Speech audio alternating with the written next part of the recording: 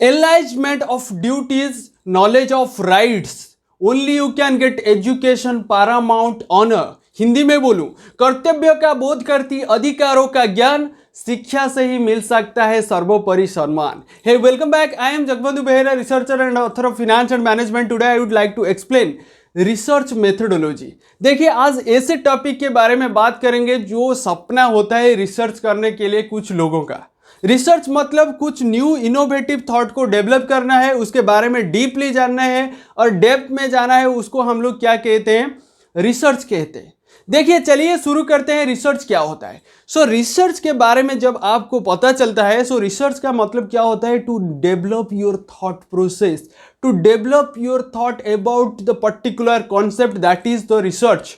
Research के बारे में आपको इतना ही जानना होगा, जो भी रिसर्च करते हो और रिलीवेंट इंफॉर्मेशन कलेक्ट करना पड़ता है। Research is defined as to the confirm consideration, आपको केयरफुल होकर इंफॉर्मेशन कलेक्ट करना है और the study regarding to a particular concern और person using the scientific method. क्या मेथड आपको अप्लाई करना पड़ेगा? Scientific method, it gives the multiple solution. आपके पास क्या होना चाहिए? मल्टीपल सॉल्यूशन होना चाहिए। Multiple solution for a single possible is way to research for a single problems. और सिंगल प्रॉब्लम्स के बारे में आपको पता चलना पड़ेगा। और रिसर्च करते हो मतलब कुछ न्यू इनोवेटिव थॉट आपको डेवलप करना है।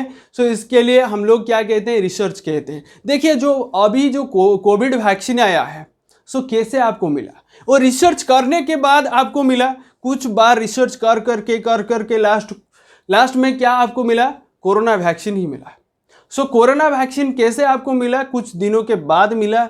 जब आप डेप्थ में रिसर्च किया तो उसके बाद कोरोना वैक्सीन मिला। उसी तरह हम लोग रिसर्च करेंगे तो आपको ज़्यादा से ज़्यादा मिल जाएगा कुछ new thought, new information, new experiment, that is research. According to the Randman and Manny defined to research as a systematic effort to gain new knowledge।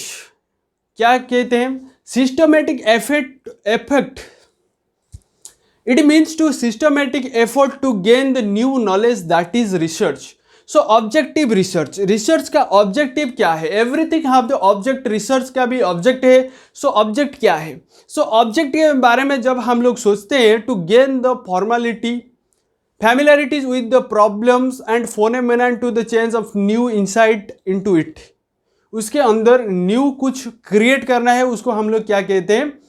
Research कहते हैं। देखिए, to study the receive to contribution era as the study and to purpose of the new theories. कुछ new theory निकालने के लिए हम लोग क्या कहते हैं? उसको रिसर्च कहते हैं। देखिए, कैरेक्टरिस्टिक ऑफ रिसर्च का कैरेक्टरिस्टिक क्या है? ऑब्जेक्टिव्स, रिलायबिलिटी, वेलिबिलिटी और एक्यूरेसी, उसके बाद क्रेडिबिलिटी और उसके बाद सिस्टमाइजेशन। क्या क्या आता है?